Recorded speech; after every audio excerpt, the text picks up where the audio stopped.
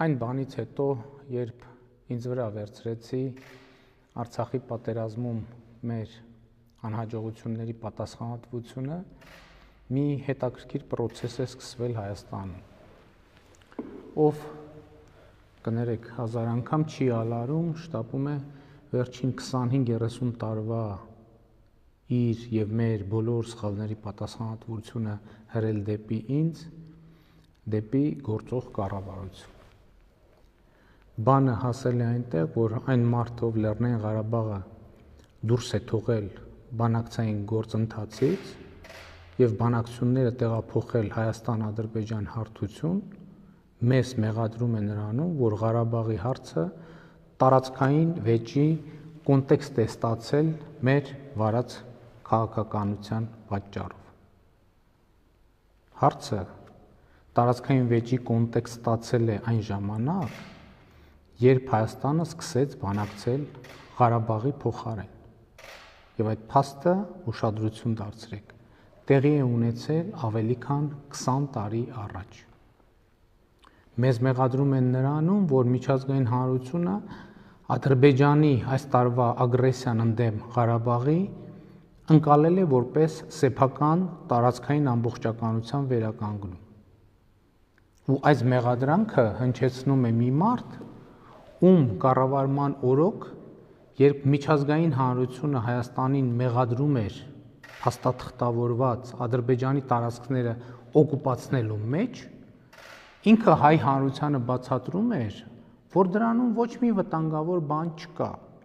որովհետև երբ մտնում ես օդանավի զուգարան, կներեք հազար անգամ, եւ փակում դուռը, գրվում է occupied, այնպես որ օկուպացված բառի մեջ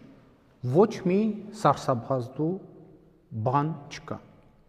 Ես կռահում եմ, որ հիմա շատերը զարմացած նայում են, թե ես այս ինչի մասին եմ խոսում։ Իսկ ես խոսում եմ բաների մասին, որոնք 2000-ականներին հայտնի էին Հայաստանի յուրաքանչյուր քաղաքացու, որովհետև ամենաբարձր մակարդակով տրված բացատրություններ էին Հայաստանի դիվանագիտական անհաջողությունների մասին կամ ասելով, որ դրանք այդքան էլ անհաջողություն չեն։ Բայց ժամանակը երևի ջնջում է հիշողությունը ու առնվազն մթագնում է ու ոմանք որոշել են օգտվել այդ առիթից։ Նկատի ունեմ միջազգային հանրության այդ վերաբերմունքը 2025 թվականին չի ձևավորվել, այլ վերջին 25 տարիների ընթացքում, որ Ղարաբաղի հարցը ընկալվում է ընկալվեց որպես տարածքային վեճ եւ դա դարձավ մեր ամենամեծ խնդրեմը եւ որ Հայաստանը կամած միջազգային հանրության կողմից սկսեց ընկալվել որպես օկուպանտ։ Դա վերջին 2 տարիների ընթացքում տեղի չի ունեցել։ Վերջին 2 տարիների ընթացքում փորձ ա եղել դուրս գալ այդ կախարդական շրջանից։ Մեզ մեղադրում են, թե Հայաստանի դիվանագիտական ձախողումներ պատերազմը։ Ոչ ոք հարց չի տալիս, թե Ղարաբաղի հարցից, Ղարաբաղի հարցում Հայաստանը այդ երբ եւ ինչպիսի դիվանագիտական հաջողություն է ունեցել ինստիտուցիոնալ բանակցությունների մեկնարկից ի վեր։ Դիվանագիտական հաջողությունը 1995 թվականի ԵԱՀԿ Լիսաբոնյան գագաթաժողովն էր, որտեղ Արցախյան պատերազմում մեր տարած հաղթանակից անմիջապես հետո միջազգային հանրությունը ըստ էության ի ցույց դրեց իր մոտեցումը, որ Ղարաբաղը Ադրբեջանի կազմում ինքնավարություն պետք է լինի եւ սա է հարցի լուծման բանաձևը 1995 թվականին։ Դիվանագիտական հաջողությունը 1998 թվականին բանակցությունների սեղանին դրված ընդհանուր պետություն փաթեթն էր, որտեղ հստակ ֆիքսվում էր 7 տարածքներ Ադրբեջանին հանձնելու պահանջը եւ այդ պահանջը դրվում էր Հայաստանի առաջ։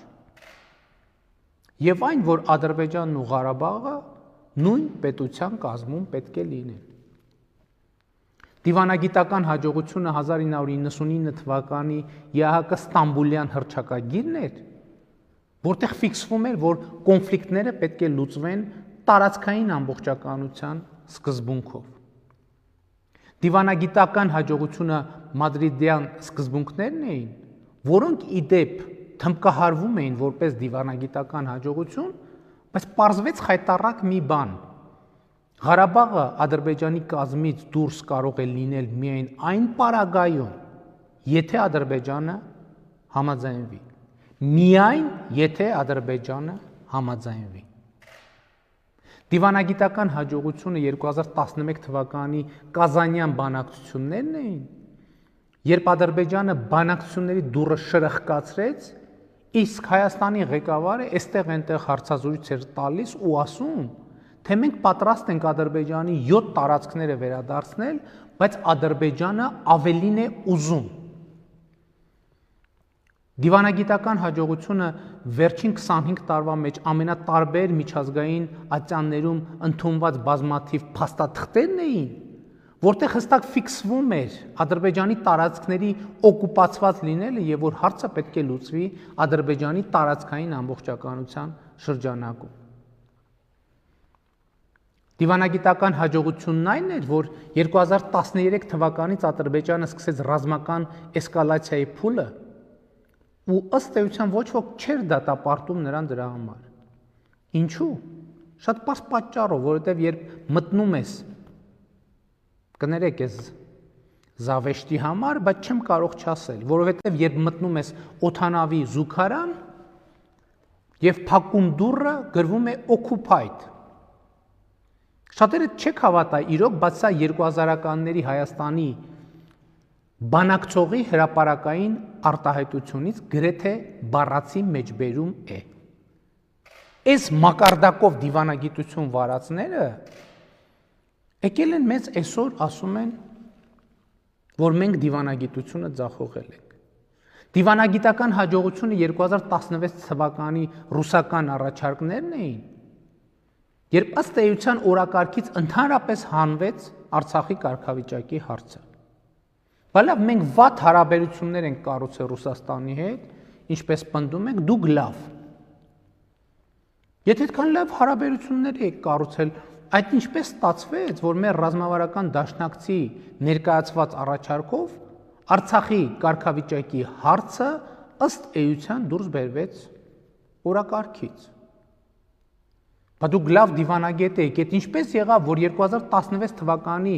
ապրիլյան պատերազմի կապակցությամբ Ադրբեջանը չպատժվեց։ Որովհետև դուք գնացիք եւ խելոք համաձայնվեցիք նրան, ինչ առաջարկվում էր, այսինքն ընդունեցիք պատերազմ վարելու Ադրբեջանի իրավունքը, լեգիտիմացրիք այդ իրավունքը։ Մենք ոչ թե դիվանագիտությունն ենք ձախողել, այլ վերջին 20-25 տարվա դիվանագիտական ձախողումների բեռի տակից դուրս գալու փորձերն ենք ձախողել։ Մենք ձեր ձախողումների հետևանքներից խուսափելու գործում ենք ձախողվել։ Սա է ճշմարտությունը։ Մեզ մեղադրում են, որ մենք պատերազմից չկարողացանք խուսափել։ Խուսափող էիք 2016 թվականին, խուսափեիք պատերազմից։ Չկարողացաք խուսափել, կարողացաք պատերազմը կանգնեցնել, տարածքները վերադարձնելու բանավոր խոստման հիման վրա։ Իսկ ինչու մեզ նույնը չհաջողվեց։ Որովհետև մեզ ասվում էր, քանի որ նախկինում Հայաստան արդեն մի քանի անգամ բանավոր խոստացել է, պայմանավորվել է վերադարձնել տարածքներ ու չի վերադարձրել, հիմա միայն գրավոր կարող է լինել խոսակցությունը եւ կոնկրետ ժամկետների նշումով։ Պատերազմը հնարավոր էր կանգնեցնել միայն նոյեմբերի 9-ի փաստաթղթի նման մի փաստաթուղթ ստորագրելով։ Նկատի ունեմ նման մի փաստաթուղթ ստորագրելով պատերազմից առաջ կամ մեկնարկին։ Եվ ի դեպ, պատերազմի հենց առաջին օրը ազգային ժողովի ամբիոնից ասել եմ, որ հենց հիմա կարող եմ կանգնեցնել պատերազմը։ ու ասել եմ ինչ գնով։ Բայց ժամանակ ինչու հայտարարություններ չէի կանում, թե համաձայն եք սկզբունքին, թե պետք է կանգնեցնել պատերազմը։ Հիմա իդեպ պարզվում է, որ բոլորը 5+2 բանաձևով հողերը հանձնելու կողմնակից էին։ Կողմնակից էիք, հանձնեիք։ 2016-ին հանձնեիք, 2017-ին հանձնեիք, կանխեիք պատերազմը, լուծեիք հարցը, մանավանդ ապրիլյանից հետո գիտեիք ինչը ինչոց է։ Ոմանց թվում է, թե 5 գումարած 2 Ադրբեջանը հալած յուղի տեղ ընդունելու էր։ Դա դեռ նախնական առաջարկ էր, դա դեռ պետք է քննարկվեր, գրվեր, համաձայնեցվեր, ստորագրվեր։ Արդեն հանրահայտ մեթոդով,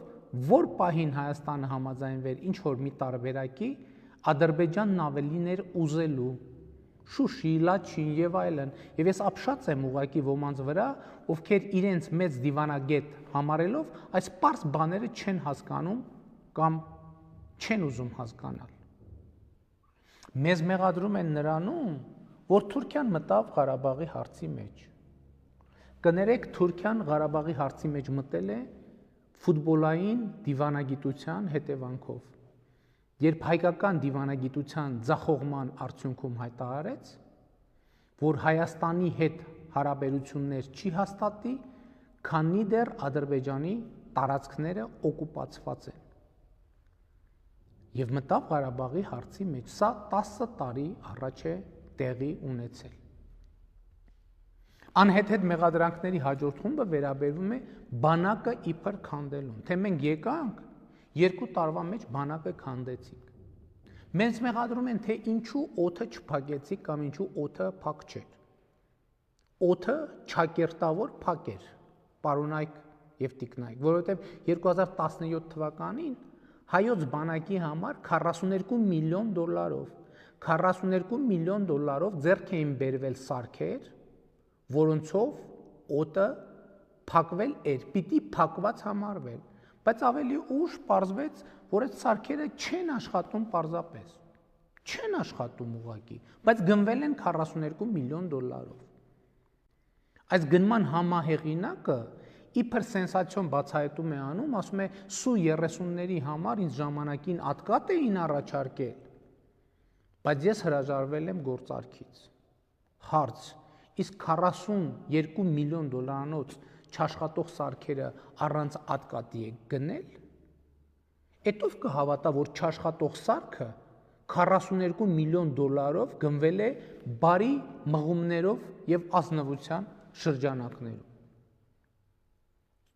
Եվ այս փաստից ուշադրություն շեղելու համար արդեն մի քանի ամիս թեմա են դարձրել ԱՍԱԿ համակարգերի գնումը մեր կողմից։ Իբր դրանք անարդյունավետ զենք են։ Նախ այդ գնման որոշումը կայացվել է բազմակողմանի քննարկման արդյունքում։ Երկրորդը դրանով բազմաթիվ թիրախներ են խոցել։ Ընդ որում, իսրայելական Հերմես 900 անօդաչու թռչող սարքը, որը խոցվել է հուլիսին Տավուշում, առաջին անգամ եւ որի խոցումը դարձավ համաշխարհային սենսացիա, ահա այդ խոցումը տեղի է ունեցել ԱՍԱԿ համակարգով։ Հիմա մեր առաջ հարց են դնում, ասում են, ինչու չեք սա գնել բանակի համար, ինչու չեք նա գնել բանակի համար։ 2.5 տարվա ընթացքում մենք ինչ հասցրել գնել ենք։ 2.5 տարվա ընթացքում մենք պետք է զինվորականների աշխատավարձը բարձրացնեինք, զինվորների սննդի հարցը լուծեինք, զինվորի կոշիկի ու վարտիքի հարցը լուծեինք, արկեր գնեինք, որոնք չկային, ավտոմատներ գնեինք, որոնք նորմալ չէին, փամփուշտներ գնեինք, հոբ միջոցներ գնեինք, այո ինքնաթիռներ գնեինք։ Այո, մենք պետք է գնեինք այն ամենը, ինչ վերջին 20 տարվա ընթացքում պիտի գնվեր ու չէր գնվել։ 2 տարվա ընթացքում մենք պետք է գնեինք այն ամենը, ինչ 20 տարվա ընթացքում պետք է գնվեր ու չէր գնվել։ Լավ, մենք 2 տարվա մեջ 20 տարվա չգնացը չգնեցինք։ Իսկ դուք նախորդ 18-20 տարվա մեջ ինչու չեք գնել։ Այդ ինչպես է եղել, որ դղյակներ կառուցելը, կղզիներ գնելը, Եվրոպաներում առանձնատներ ձեռք բերելը, շվեյցարական բանկերում միլիոններ կուտակելը ավելի կարևոր է համարել, քան 2.5 տարվա մեջ մեր չգնացը 20 տարվա մեջ գնելը։ Որտեղ մտածել եք, որ օդանավի զուգարանի դուռը փակելիս, որ գրվում է occupied, ուրեմն ամեն ինչ լավ է լինելու։ Հիմա այլ ինչ-որ թեզ են դրել շրջանառության մեջ, թե պատերազմի 3-րդ օրը ինչ-որ որոշում եմ կայացրել, որը աղետալի հետևանքներ է ունեցել։ 15 օր այդ որոշումը փնտրում ենք ու չենք գտնում, որովհետև չկա նման որոշում։ Հիմա երևի այդպիսի ժամանակներ են, ցանկացած սուտ կարելի է ասել ու կանցնել։ Հիմա էլ մարտերում ձախողումների համար ուղիղ պատասխանատվություն են դնում ինձ վրա։ Վարչապետը մարդ է ղեկավարում կամ ղեկավարել։ Վարչապետը Վաշտի հրամանատարի մակարդակով որոշումներ է կայացնում կամ թեկուզ գնդի հրամանատարի։ Վարչապետը միանձնյա որոշումներ է կայացրել։ Վարչապետը մի անգամ է միանձնյա որոշում կայացրել պատերազմի ընթացքում եւ այդ որոշման շնորհիվ 7-րդ պաշտպանական շրջանը իր տեղում է, որովհետեւ ոմանք խոճապի մեջ ուզում են 7-րդ պաշտպանական շրջանն էլ հանձնել։ Լավ է, գոնե հիմա խոստովանում են, որ այդ պատերազմը հաջող ավարտելու շանս կար։ Ինչով է կարևոր, նրանով, որ սա լրիվ անհույս ու խելագար պատերազմ չէր։ Բայց ինչու չեղավ հաջողություն։ Ինչ կապ ունեն այդ անհաջողության հետ այն վկայությունները, իմիջայլոց առաջնագծից եկած զինվորների վկայությունները, թե պատերազմի առաջին օրից ինչ որ մարդիկ առաջնագծով լուրեր են տարեցել, թե հողերը ծախած են, թե Նիկոլը հողերը ծախած է, կռիվն անիմաստ է։ Ինչ կապ ունի պարտության հետ այն փաստը, որ հայաստանյան որոշ քաղաքական շրջանակներ դեռ ամիսներ առաջ, սեպտեմբեր-հոկտեմբերին պատերազմ ու ներքաղաքական անակնկալներ էին խոստանում։ Էդում հետ էին պայմանավորվել պատերազմի եւ ներքաղաքական անակնկալների շուրջ։ Դրանք էլ հրապարակային հայտարարություններ են։ Իսկ գլոբալ առումով ի վերջո ուժ չենք ունենալու խոստովանել, որ մեր ձախողման պատճառն այն էր, որ Հայաստանը առնվազն 25 տարի եղել է կոռումպացված պետություն, որտեղ այսօր քաղաքական ակտիվություն ցուցաբերող էլիտայի առնվազն ամենաազդեցիկ մասը այլ բան չի արել, քան անձնական հարստություն կուտակելը ու պետության դիմակայության ամբողջ ռեսուրսը կերել է, մսխել է, քայքայել է, տեղափոխել է շվեյցարական բանկեր։ Ու այդ ամենը 1 կամ 2 հոգի չի արել, դա արել է համակարգ իր բազմաթիվ շոշափուկներով։ Եվ այդ համակարգը ամեն օր դիմադրել է ու դիմադրում է։ Ու այդ դիմադրությունը հասել է կուլմինացիային։ Ու այդ դիմադրության հիմնական նպատակն այն է, որ այս պատերազմի ու դրան նախորդած ու հաջորդած իրադարձությունների մասին ճշմարտությունը չիմացվի, որ ամեն ինչ մնա մանիպուլյացիաների մակարդակում։ Իմիջայլոց այդպիսի վարկած կա, որ ամսի 9-ի հարձակման նպատակը իրականում կառավարության ղեկավարությանը ֆիզիկապես ոչնչացնելն էր։ Ինչու՞։ Այդ էմոցիաների տակ, որ շատ բաներ, որ շատ ճշմարտություններ չբացահայտվեն այս պատերազմի մասին, բայց այդ ճշմարտությունները չեն կարող չբացահայտվել։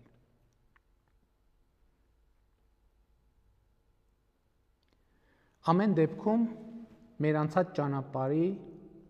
ու անհաջողությունների պատմությունը պետք է մանրամասն վերլուծվի։ Եվ դա պետք է տեղի ունենա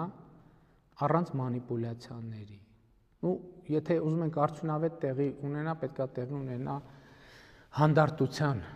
հանդարտ աշխատանքային պայմաններում։ Այս աշխատանքը անպայման կկատարվի, բայց իրական վերլուծության համար էլի եմ ասում, հանդարտություն է պետք, իսկ այսօր բոլորս ալեկոծված ենք։ Սիրելի հայրենակիցներ, այսօր ամենակարևորը թերևս մեր առաջիկա անելիքների մասին հարցն է։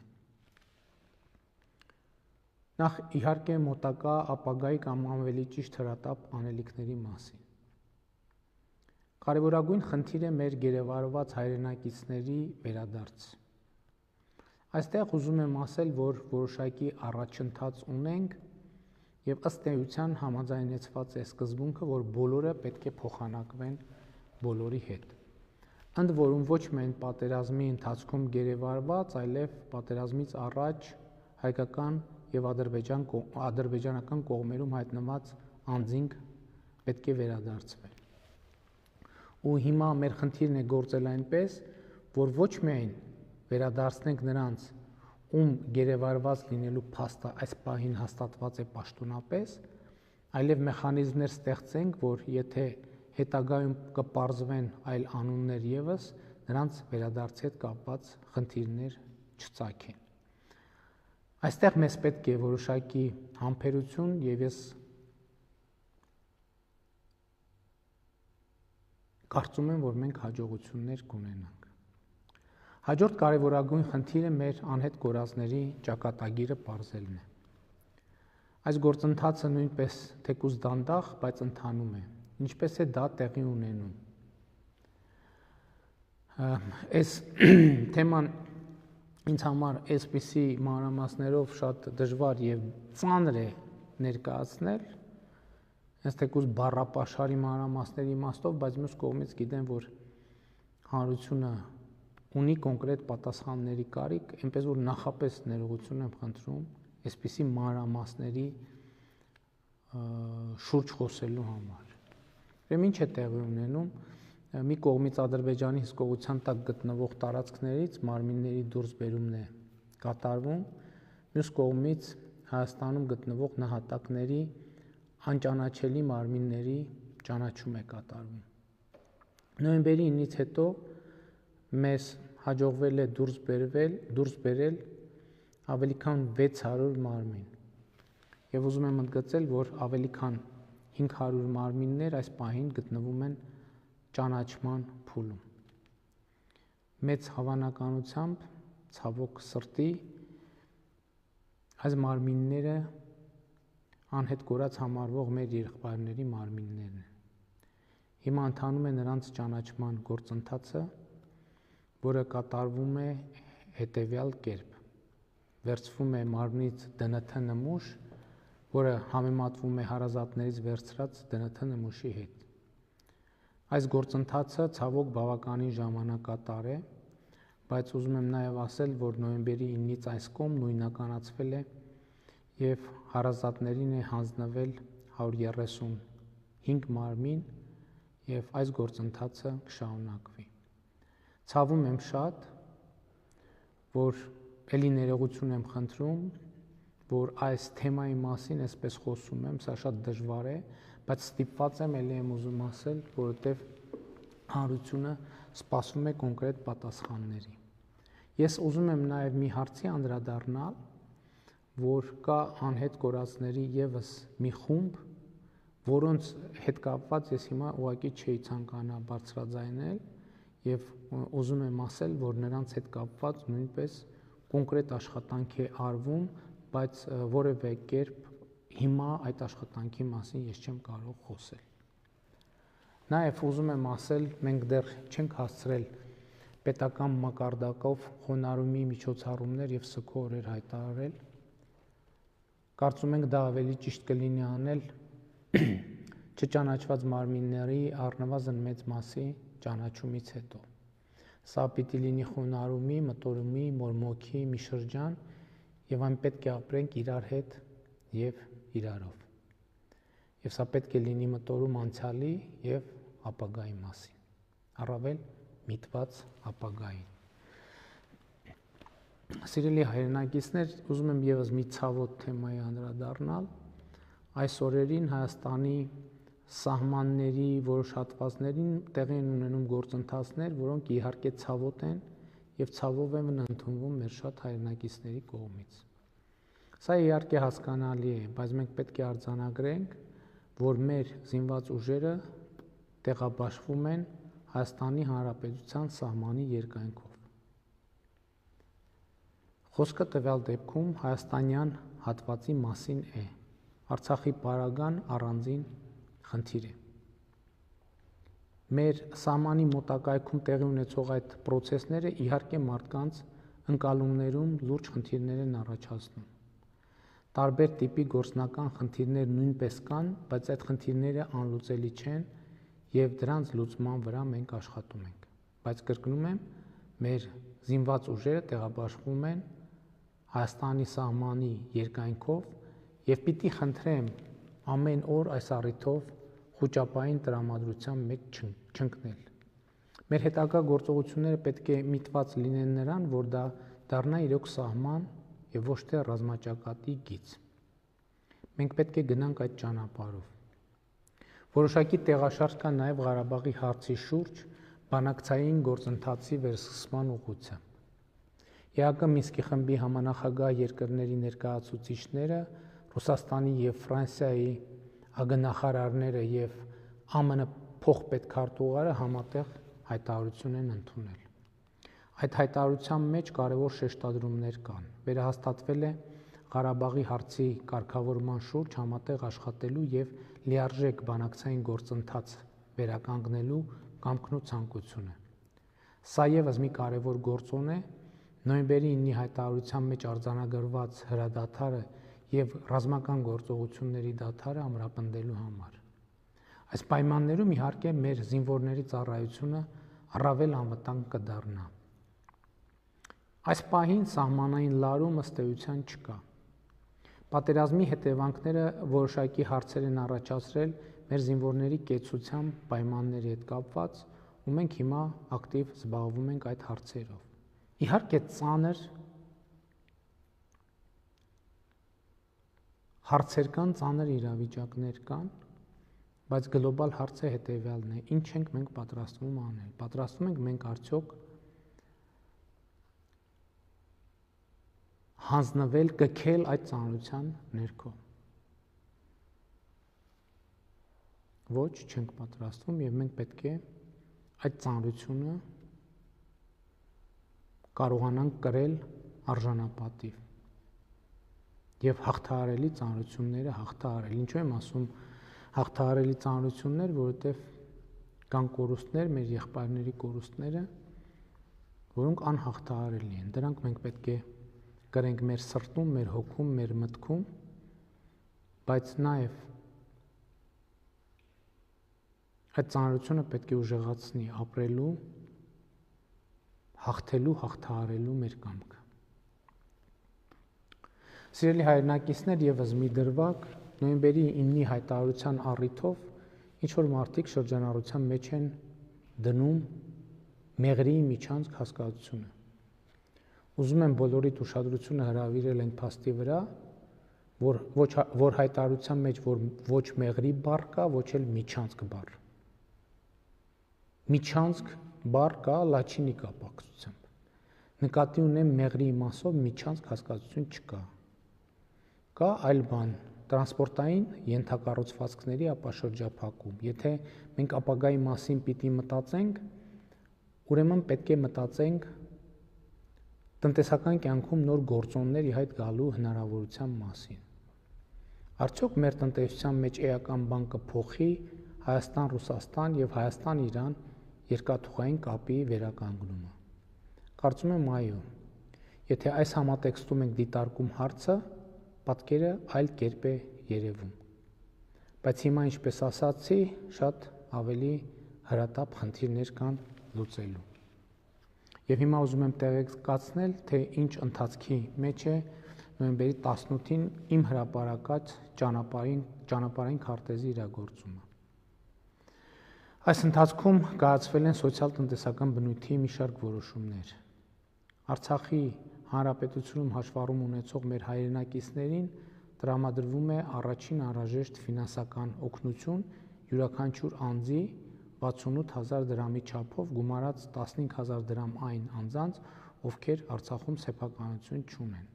Դե որոշման մեջ կան որոշ բացառություններ,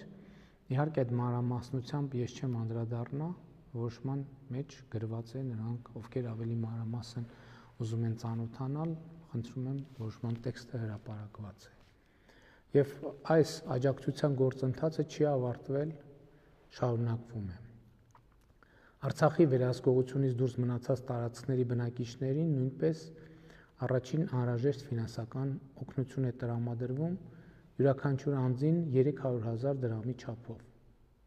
Կառավարությունը միջոցներ է հատկացրել Սյունիքի և Գեղարքունիքի մարզերի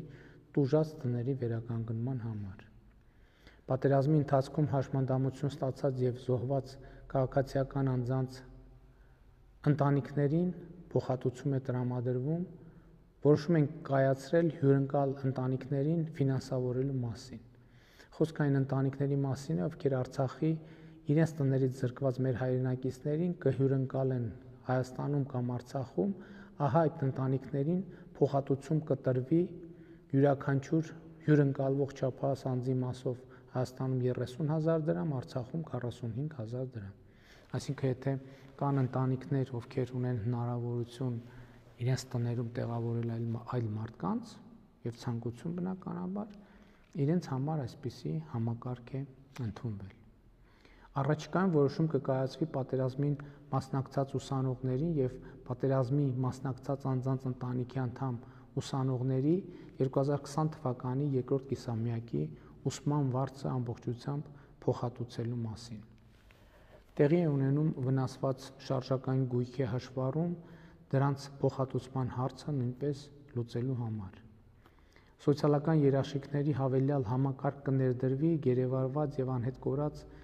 մեր եղբայրների, ընտանիքների անդամների համար։ Արցախի կառավարության հետ համատեղ ակտիվ աշխատանքներ են տարվում Արցախի բնականոն կյանքը վերականգնելու համար։ Արդեն մի քանի տասնյակ հազար արցախցիներ վերադարձել են եւ պետք է լուծվի տուժած տների վերականգնման, բնակարանից զրկված քաղաքացիների հարցերը։ Սա պահանջում է լարված աշխատանք եւ մենք վճռական ենք այս աշխատանքը անելու գործում։ Ճանապարհային քարտեզի իրագործումը, ինչպես եւ պայմանավորվել ենք, լինելու առաջիկա ամիսների մեր անելիքը։ Զուգահեռաբար ակտիվ աշխատանքներ են ընթանում հանրային կյանքի ամենատարբեր ոլորտներում դատական համակարգից մինչև կուսակցությունների մասին օրենք բարեփոխումներ իրականացնելու համար։ Այս ամենի նպատակը ոչ թե նա է, որ մենք կամ ես մնանք իշխանության, այլ որ ժողովուրդը մնա իշխանության։ Ինչ է սա նշանակում։ Սա նշանակում է, որ Հայաստանի քաղաքացիներ հնարավորություն ունենան ազատ կամ արտահայտմամբ ընտրել իրենց իշխանությունը։ Հիշեցնեմ, որ Հայաստանի պատմության մեջ միակ խորհրդարանական ընտրությունը, որի արդյունքները որևէ կերպ որևէ մեկի կողմից չեն վիճարկվել, 2018 թվականի խորհրդարանական ընտրություններն էին։ Եվ հիմա Հայաստանում տեղի ունեցող որոշ քաղաքական process-ների իմաստը պարզ է։ Որոշ շրջանակներ ուզում են ամեն ինչ անել, որ 2018 թվականի խորհրդարանական ընտրությունները միակն էլ մնան, որտեղ ժողովուրդն է ինքն է կայացրել որոշում։ Սա թույլ չենք տալու։ Ժողովրդի իշխանությունը Հայաստանում չի կարող դրվել կասկածի տակ։ Շնորհակալ եմ եւ ուզում եմ ասել, սիրելի հայրենակիցներ, որ հիմա ինչպես եւ ամենասկզբում ասացի,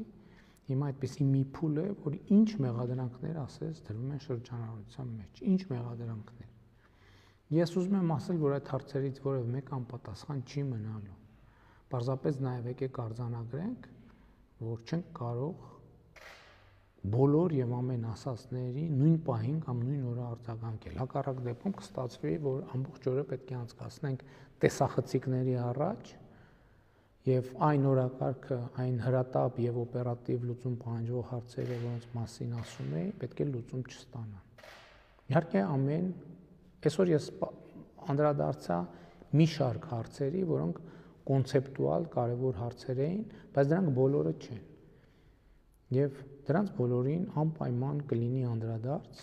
եւ խոսակցությունը ձեզ հետ Հայաստանի Հանրապետության քաղաքացու հետ կշարունակվի աներկբայորեն։ Պարզապես եկեք այսպես աշխատենք, թողենք, որ այդ մեղադրանքները կուտակվեն, հասկանանք որոնք են, որոնց պետք է անդրադառնալ, որոնց վերաբերյալ է, որ Հայաստանի ժողովուրդը բարձամանումների կարիք ունի եւ ըստ հերթի, կարգի, անհրաժեշտության եւ երբեմն նույնիսկ ամենատարբեր ֆորմատներով կանդրադառնանք։ Այսքանը այսօրվա համար խոնարհում մեր բոլոր նահատակների առաջ, սիրում եմ բոլորիդ եւ ծառայում եմ բոլորիդ։